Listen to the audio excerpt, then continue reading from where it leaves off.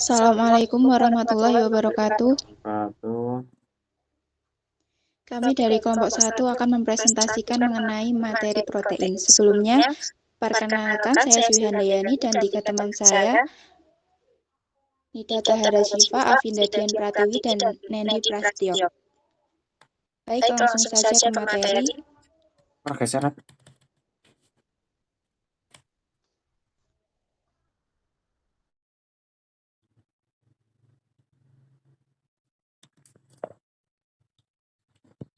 Benar ya, teman-teman.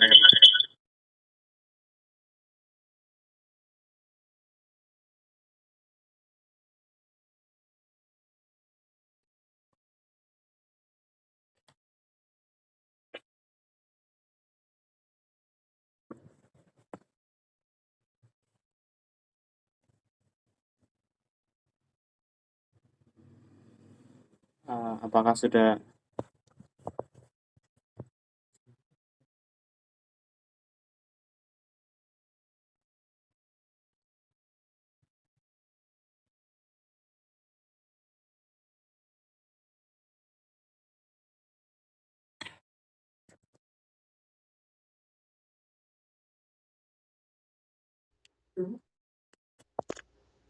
Maaf teman-teman, belum tak on-cam ternyata. Protein merupakan suatu komponen utama sel hewan atau sel manusia yang berfungsi sebagai zat utama dalam pertumbuhan dan pembentukan tubuh. Protein juga mudah dipengaruhi oleh suhu tinggi, pH, dan pelarut organik. Dengan adanya hidrolisis oleh asam atau enzim, protein akan menghasilkan asam-asam amino. Asam amino saling terikat satu dengan yang lain oleh ikatan peptida.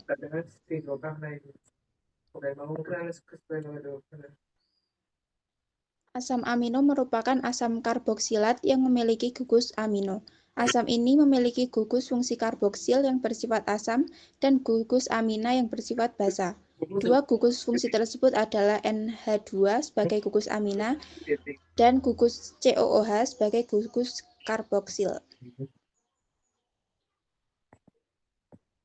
Karena asam amino itu asimetrik, maka asam amino mempunyai dua konfigurasi D dan L.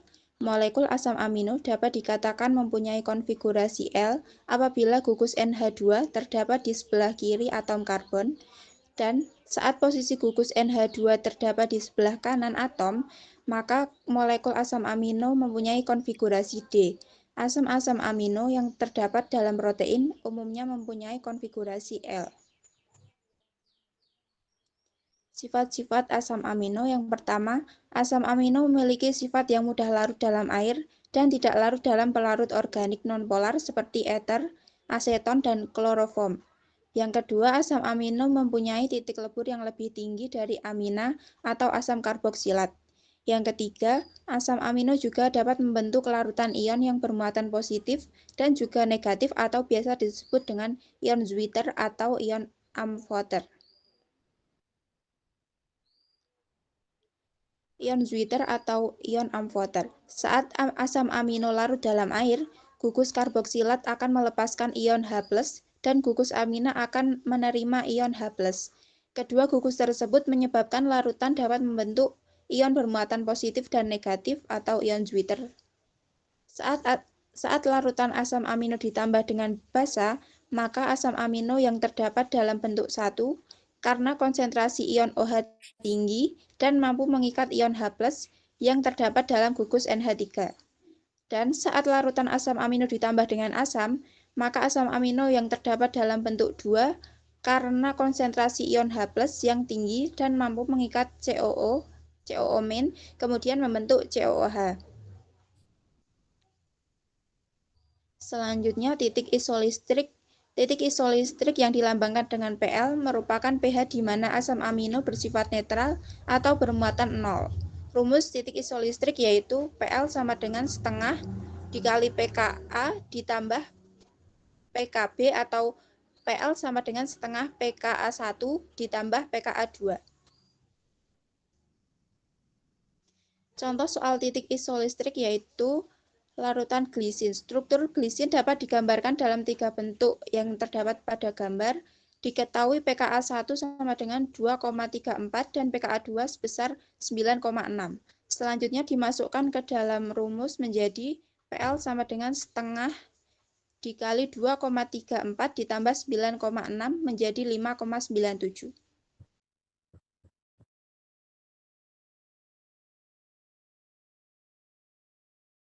Berikutnya ada penggolongan asam amino. Berdasarkan fungsi biologis, asam amino dibagi menjadi dua, yaitu asam amino esensial, yaitu merupakan asam amino yang tidak dapat dibuat oleh tubuh dan harus diperoleh dari makanan sumber protein.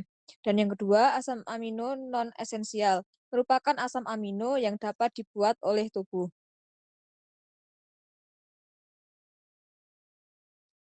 Kemudian untuk penggolongan asam amino berdasarkan struktur rantai samping terdapat 7. Yang pertama merupakan rantai karbon yang alifatik, kedua mengandung gugus hidroksil, ketiga mengandung atom belerang, keempat mengandung gugus asam atau amidanya, kelima mengandung gugus basa, keenam mengandung cincin aromatik, dan yang ketujuh membentuk ikatan dengan atom N pada gugus amino. Kemudian ada pembentukan peptida. Peptida merupakan suatu senyawa yang terbentuk dari beberapa molekul asam amino yang dapat berikatan satu dengan lainnya.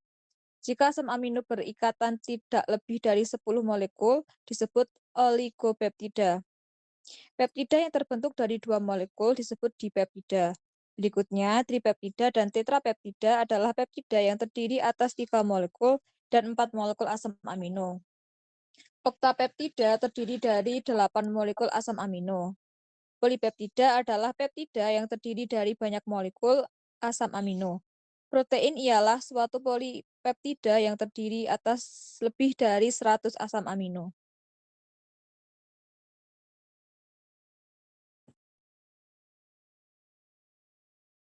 Kemudian ada sifat peptida. Peptida dapat terbentuk dengan cara hidrolisis protein yang tidak sempurna. Jika terjadi hidrolisis lebih lanjut, akan dihasilkan asam-asam amino. Suatu pentapeptida alanil Lewis, sistensil, tirosil, glisin, atau yang ditulis secara ala Lewis, tir, gli, dan OH.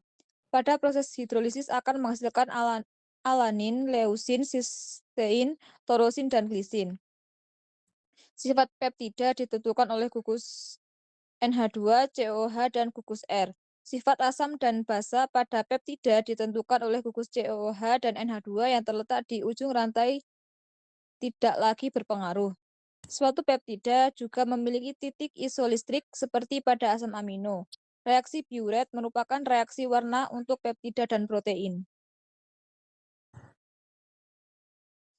Kemudian ada analisis dan sintesis peptida. Dalam memperoleh informasi mengenai peptida, tidak cukup dengan mengetahui jenis serta banyaknya molekul asam amino yang membentuk peptida. Tetapi diperlukan keterangan urutan asam-asam amino dalam molekul peptida. Untuk menentukan urutan asam amino, salah satu caranya yaitu dengan degradasi Edman yang terdiri dari dua tahap reaksi, yaitu reaksi peptida dengan fenilisotiosianat dan reaksi pemisahan asam amino ujung yang telah bereaksi dengan fenilisotiosianat. Asam amino ujung yang sudah terpisah dari molekul peptida terdapat sebagai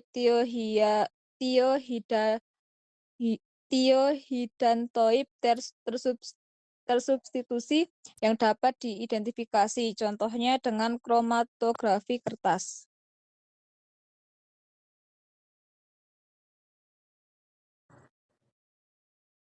Berikutnya, molekul peptida yang telah berkurang dengan satu molekul asam amino direaksikan dengan fenilisotiosianat seperti semula. Kemudian diuraikan. Proses ini diulangi sampai semua asam amino dapat diketahui jenis serta urutannya. Cara ini hanya untuk menentukan peptida yang tidak terlalu panjang. Untuk menentukan peptida yang panjang, menggunakan cara penguraian oleh enzim-enzim tertentu. Dengan metode analisis yang semakin sempurna, beberapa peptida serta protein telah diketahui strukturnya.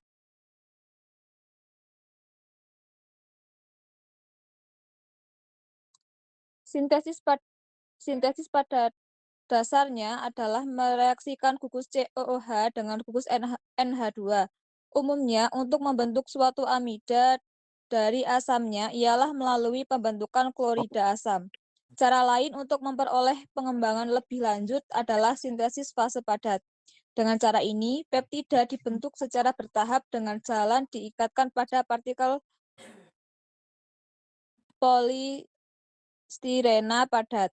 Asam amino pertama yang sudah dilindungi oleh gugus tersier butyloksykarbonil misalnya direaksikan dengan formetil polimer membentuk T-butyloksykarbonil aminoasil polimer. Selanjutnya, senyawa pelindung dilepaskan dan asam amino kedua yang telah dilindungi direaksikan dengan asam amino pertama.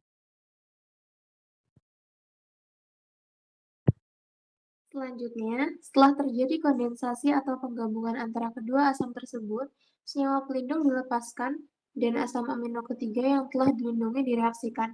Demikian seharusnya sehingga terjadi peptida yang diinginkan dan diketahui jumlah, jenis, dan urutan asam amino.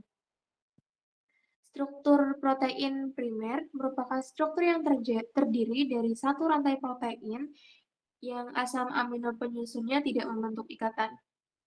Struktur sekunder merupakan rantai protein yang dapat membentuk struktur helix, paralel, dan antiparalel dengan membentuk ikatan hidrogen antar asam amino pembentuknya.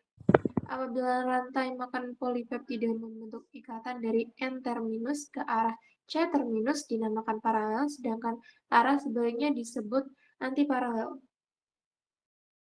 Struktur tersier merupakan struktur yang terdiri dari satu rantai protein yang asam amino penyusunnya tidak membentuk ikatan. Struktur ini merupakan campuran dari struktur sekunder yang menyusun satu rantai polipeptida. Struktur tersier menunjukkan kecenderungan polipeptida membentuk lipatan atau gulungan dan membentuk struktur yang lebih kompleks. Struktur kuartener terdiri atas dua atau lebih protein yang memiliki struktur tersier. Struktur kuartener menunjukkan derajat persekutuan unit-unit protein. Selanjutnya, macam-macam protein. Yang pertama ada protein fiber, yang termasuk ke dalam protein sederhana yang terdiri dari beberapa rantai polipeptida yang saling berikatan membentuk serabut stabil. Analisis sinar X menunjukkan protein serat memiliki struktur khas seperti helix alfa pada keratin, lembaran antiparalel pada sutra, dan helix triple pada kolagen. Protein serat umumnya tidak larut dalam air dan resisten terhadap enzim. Kolagen merupakan protein serat pada jaringan ikat dengan struktur helix triple. Kolagen tidak larut dalam air tetapi dapat diubah menjadi gelatin yang larut oleh pemanasan atau perlakuan asam atau basa. Elastin adalah protein serupa kolagen pada jaringan elastik. Keratin ditemukan pada bulu, rambut, dan kulit dengan struktur helix alfa. Pemanasan mengubah keratin menjadi beta-keratin berstruktur lembaran antiparalel. Sutra alam berstruktur lembaran antiparalel. Selanjutnya ada protein globular yang tergolong ke dalam protein sederhana yang umumnya berbentuk bulat atau elips dengan rantai polipeptida terlipat. Bagian dalam bersifat hidrofobik dan bagian luar bersifat polar. Protein globular biasanya larut dalam air, asam, basa, dan etanol. Beberapa contoh protein globular adalah albumin, globumin, histon, dan protamin. Albumin larut dalam air dan dapat mengendap dengan pemanasan atau penambahan amonium sulfat. Albumin terdapat pada serum darah dan putih telur. Globulin sukar larut dalam air tapi larut dalam larutan garam. Dapat diendapkan dengan penambahan amonium sulfat separuh jenuh. Globulin ada pada serum darah, otot, dan jaringan. Histon bersifat basa, larut dalam air, mengandung banyak arginin dan lisina.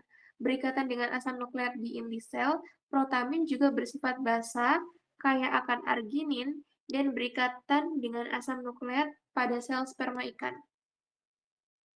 Yang ketiga ada protein gabungan. Merupakan protein yang berikatan dengan senyawa-senyawa non-protein atau gugus prostetik. Beberapa contoh protein gabungan yaitu mukoprotein, glikoprotein, lipoprotein, dan nukleoprotein. Mukoprotein merupakan gabungan protein dan karbohidrat dengan kadar heksosamina lebih dari 4%. Karbohidratnya berupa polisakarida kompleks yang mengandung N-asetiheksosamina dan asam uronat.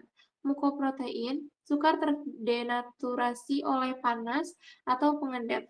Glikoprotein juga gabungan protein dan karbohidrat namun dengan kadar heksosamina yang kurang dari 4%.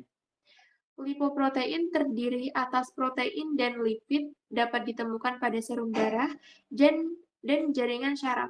Lipidnya biasanya lesitin dan kolesterol. Nukleoprotein merupakan gabungan protein dan asam nukleat seperti protein pada inti sel.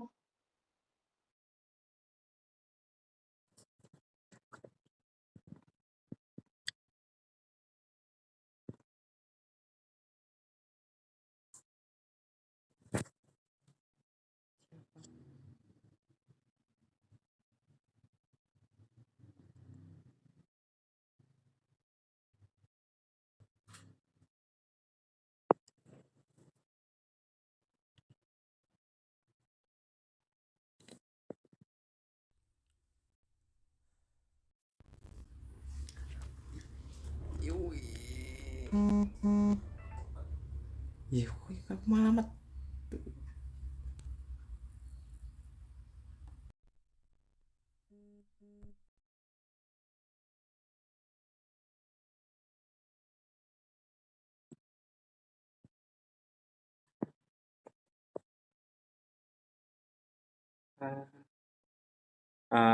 Baik, lanjut ke macam-macam reaksi khas protein. Yang pertama, santo protein. Reaksi santo protein terjadi ketika asam nitrat atau HNO3 ditambahkan pada protein secara hati-hati, menghasilkan perubahan warna menjadi kuning bila dipanaskan. Reaksi yang terjadi yaitu nitrasi pada inti benzena yang terdapat pada molekul protein. Reaksi ini positif untuk protein mengandung tirosin, fenilalanin, dan triptofan. Untuk yang kedua, ada reaksi Hopkins-Cole, yaitu reaksi Hopkins-Cole dilakukan untuk mengetahui adanya triptofan dan aldehida dengan asam kuat membentuk senyawa berwarna. Larutan protein yang mengandung triptofan dapat direaksikan dengan reaksi Hopkins-Cole yang mengandung asam glikoksilat. Reaksi Hopkins-Cole dibuat dari asam oksalat dengan serbuk magnesium dalam air, digunakan untuk mendeteksi gugus indol pada protein. Reaksi positif menunjukkan adanya cincin berwarna ungu pada pertemuan dua lapisan. Untuk yang ketiga, reaksi Milon. Pada reaksi Milon dengan bereaksi merkuro dan merkuri nitrat menghasilkan endapan putih jika ditambahkan protein yang nantinya berubah menjadi merah saat dipanaskan, yang akan memberikan hasil positif untuk protein mengandung tirosin karena pembentukan senyawa merkuri hidroksifenil berwarna. Untuk yang keempat ada reaksi nitroprusida, yaitu reaksi yang menghasilkan warna merah pada protein dengan gugus SH bebas seperti cystein, gugus SS pada cystein setelah direduksi juga positif. Untuk yang kelima, reaksi Sakaguchi, yaitu dengan reaksi naftol dan natrium hipobromid memberikan hasil positif pada protein mengandung arginin karena terbentuknya senyawa guanidin berwarna merah. Lanjut ke mekanisme kerja pada hormon. Hormon sendiri adalah zat kimia yang dihasilkan oleh kelenjar endokrin dan berfungsi sebagai pengatur aktivitas sel atau organ tertentu. Pada Pada penelitiannya, R. Sutherland menemukan adanya epinefrin dan glukagon pada reaksi pemecahan glikogen dengan terbentuknya senyawa tahan panas sebagai zat antara atau AMP siklik.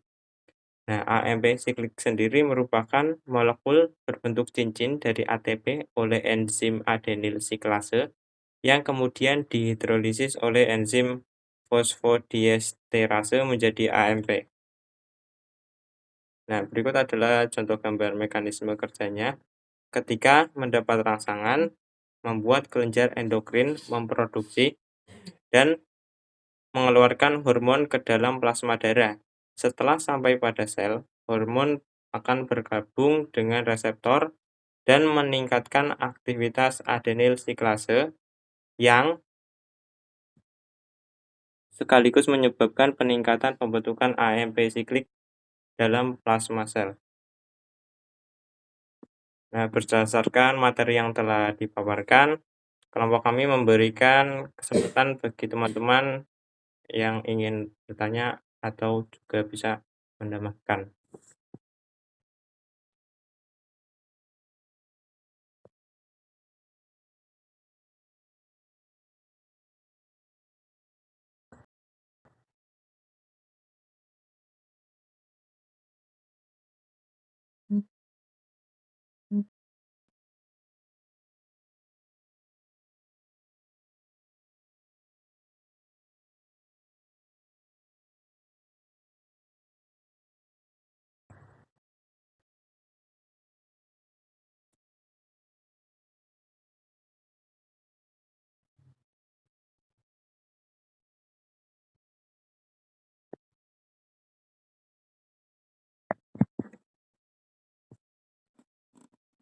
Baik, teman-teman.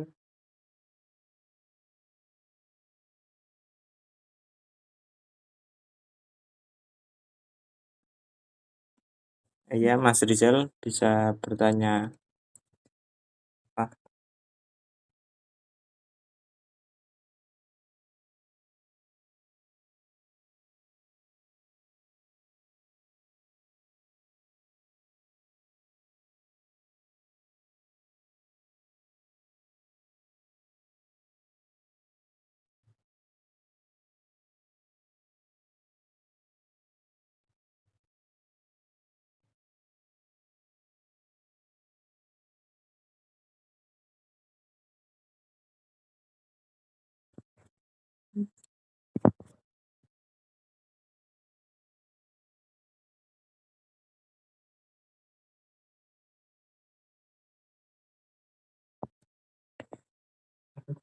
Wah, khusus triko. Tapi nulis triko.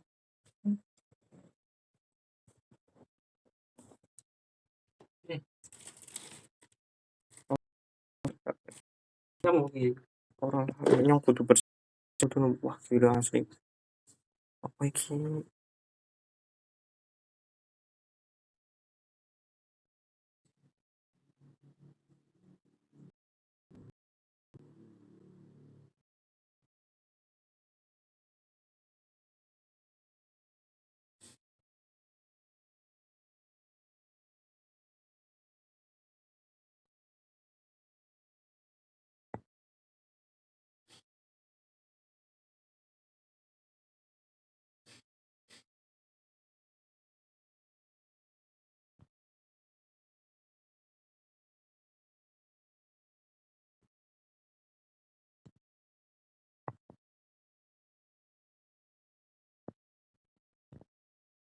Ayo mungkin dari teman-teman yang lain ada yang ingin bertanya lagi atau tidak?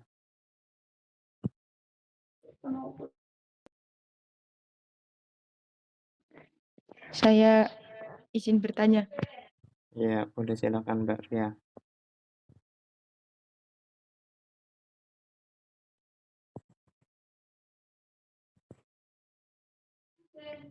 Di slide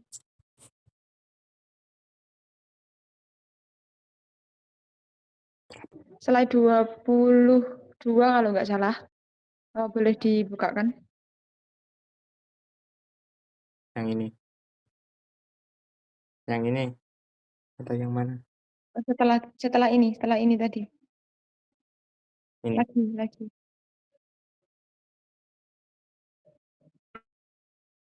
Yang ini. Pada reaksi santoprotein itu reaksi yang terjadi itu nitrasi pada inti benzena. Nah, reaksi nitrasi itu yang bagaimana? Kemudian pada reaksi Hopkins-Cole itu ada istilah gugus indol. Boleh dijelaskan gugus indol yang mana? Terima kasih. Iya, sama-sama. Apakah bisa dipahami pertanyaannya? Iya, sudah. Oke.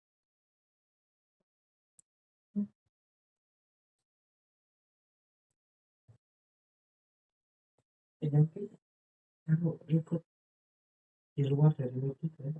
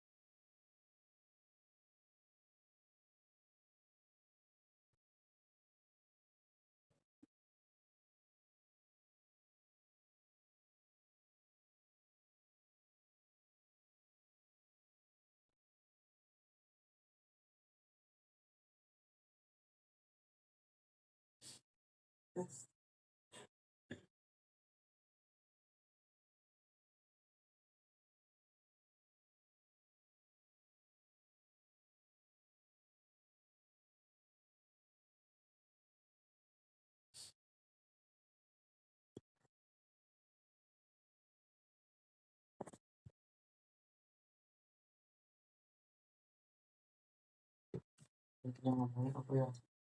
Asal ayo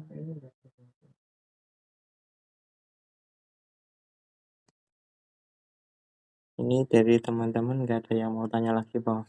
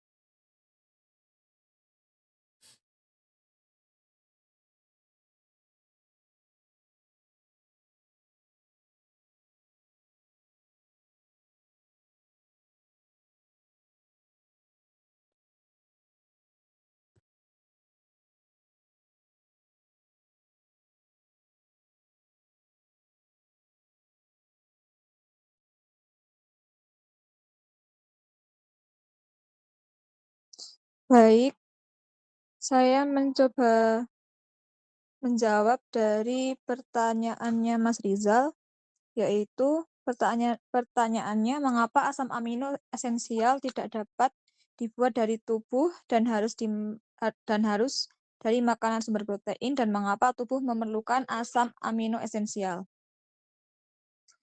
Ada beberapa alasan mengapa asam amino esensial tidak dapat dibuat oleh tubuh dan harus diperoleh dari makanan sumber protein. Di antaranya yaitu satu, tubuh tidak memiliki enzim untuk mensintesis asam amino. Maaf, saya ulangi. Yang pertama, tubuh tidak memiliki enzim untuk mensintesis asam amino esensial. Kedua, jalur biosintesis asam amino esensial di dalam tubuh belum diketahui atau tidak ada. Yang ketiga, biosintesis asam amino esensial memerlukan prekursor atau koenzim yang tidak terdapat di dalam tubuh. Dan yang keempat, kecepatan sintesis asam amino tidak mencukupi kebutuhan tubuh. Misalnya, sintesis taurin terlalu lambat sehingga harus diperoleh dari makanan. Dan mengapa tubuh itu memerlukan asam amino esensial? Fungsinya yaitu satu, untuk sintesis protein dalam tubuh. Asam amino esensial diperlukan untuk mensintesis semua protein fungsional. Dan yang kedua, neurotransmitter seperti triptofan menjadi serotonin di otak. Ketiga, pembuatan hormon dan enzim. Misalnya histidin menjadi histamin. Dan yang keempat, sumber energi ketika karbohidrat dan lemak tidak mencukupi. Mungkin begitu, apakah dapat diterima?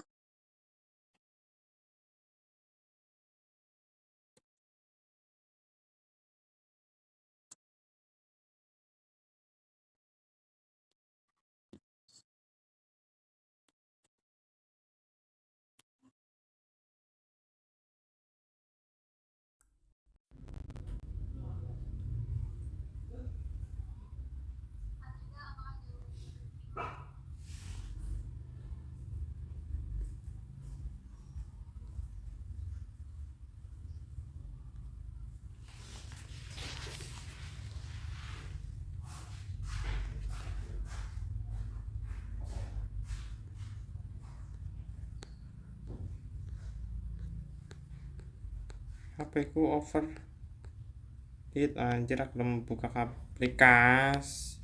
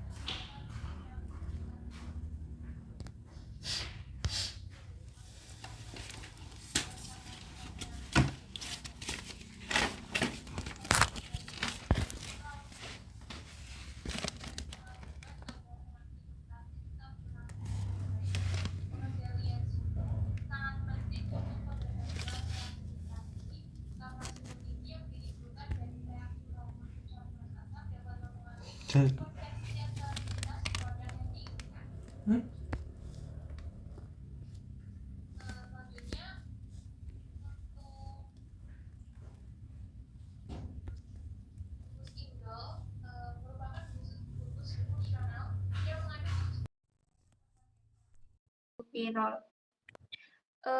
Beberapa dari sifat gugus indol yaitu mengandung cincin benzana dan cincin pirol, terdapat ikatan rangkap yang terkonjugasi, memiliki sifat aromatik, bersifat sedikit basa karena pasangan elektron bebas pada atom N, dan ditemukan pada beberapa asam amino seperti triptofan. Jika ditambahkan oksida terkuat seperti asam nitrat akan memberikan warna merah. Apakah sudah bisa menjawab pertanyaannya, Mbak Ria? Sudah, terima kasih.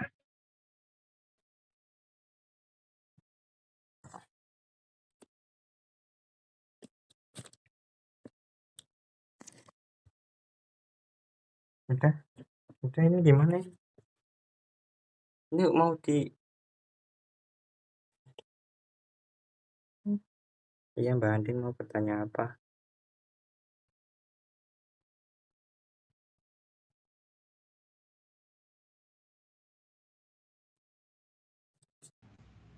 Baik, terima kasih atas kesempatannya. Saya Andin Mirela, izin bertanya.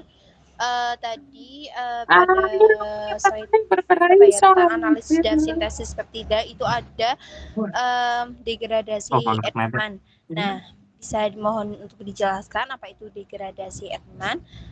Terus bisa dijelaskan juga tadi ada 2 tahap reaksi. Yang pertama ada reaksi peptida dengan fenilisotiosianat dan reaksi pemisahan asam amino ujung yang telah bereaksi dengan fenilisotiosianat.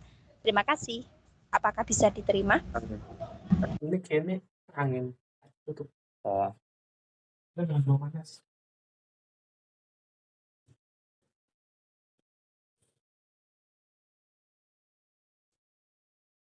Terus teman, record temenan kayak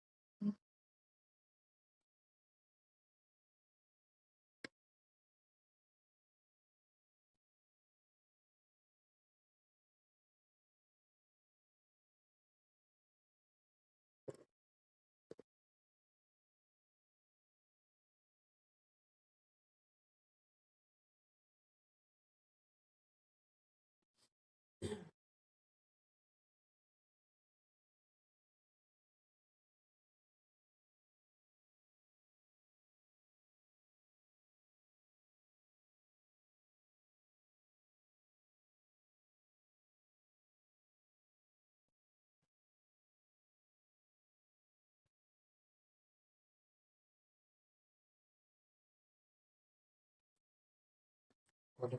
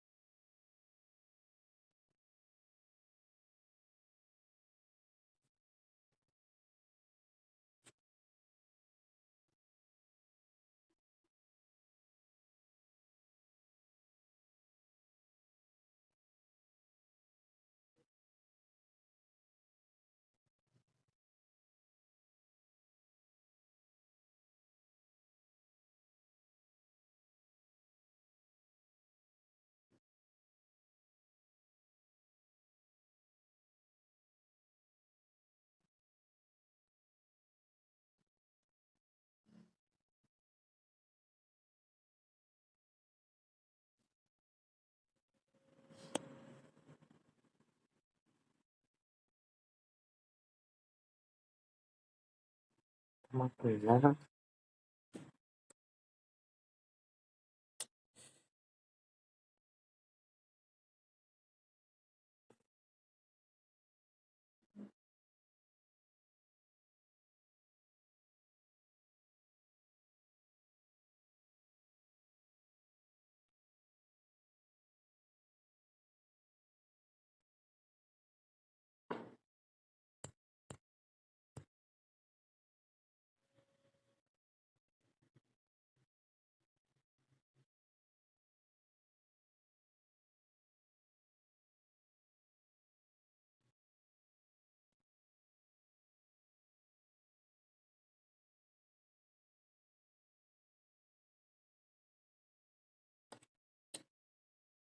Langsung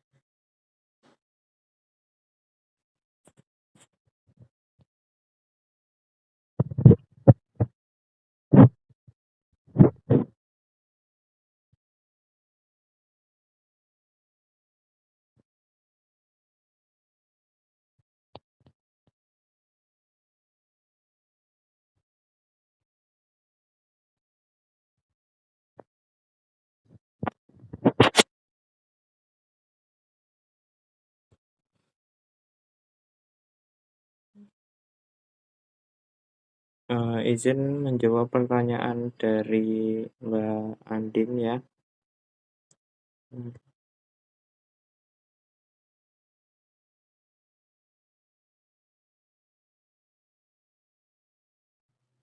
Nah,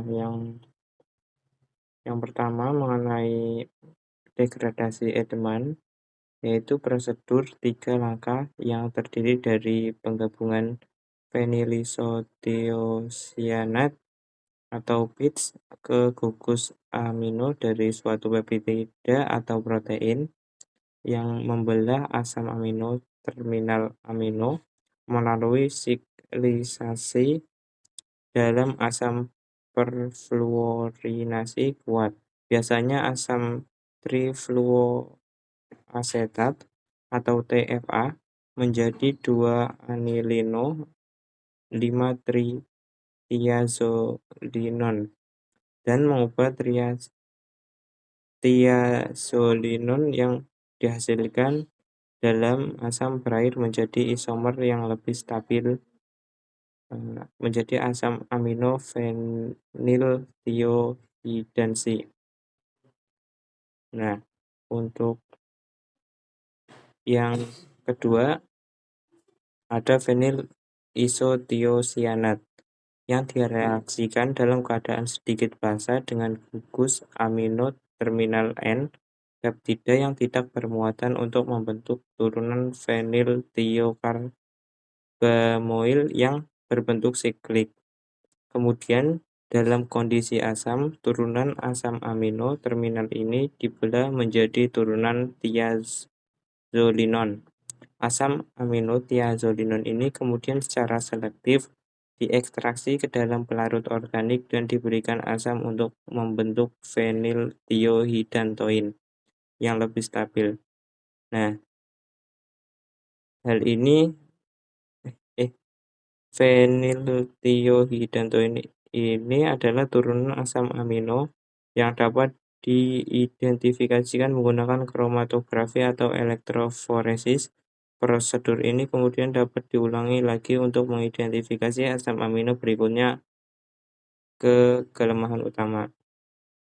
Untuk yang ketiga, pada pemisahan asam amino ujung yang telah bereaksi dengan fenilisotiosianat, setelah asam amino ujung bereaksi dengan PITS, membentuk campuran turunan, dan ini dapat dipisahkan dengan kromatografi cair kinerja tinggi.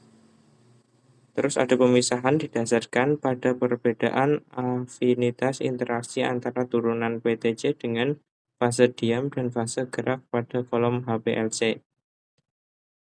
Kemudian fase diam umumnya pada C18 silika, fase gerak campuran pelarut organik dan buffer aqueous.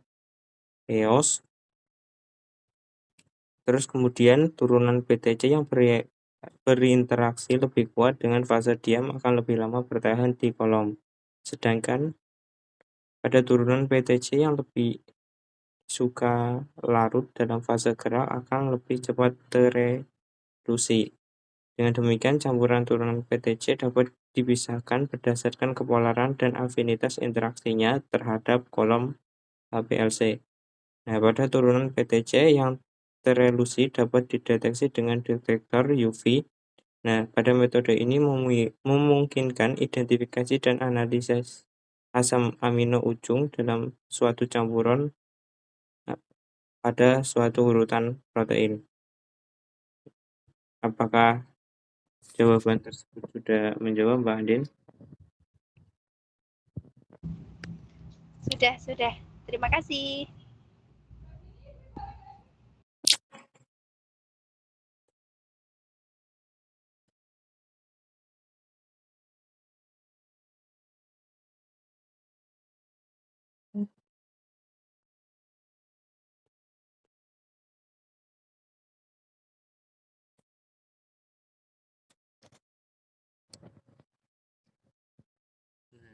Mungkin saya kira pada pertemuan presentasi kali ini bisa kita cukupkan. Sekian, terima kasih. Saya tutup. Wassalamualaikum warahmatullahi wabarakatuh. Waalaikumsalam warahmatullahi wabarakatuh. Waalaikumsalam warahmatullahi wabarakatuh. Terima kasih. Terima kasih. Terima kasih.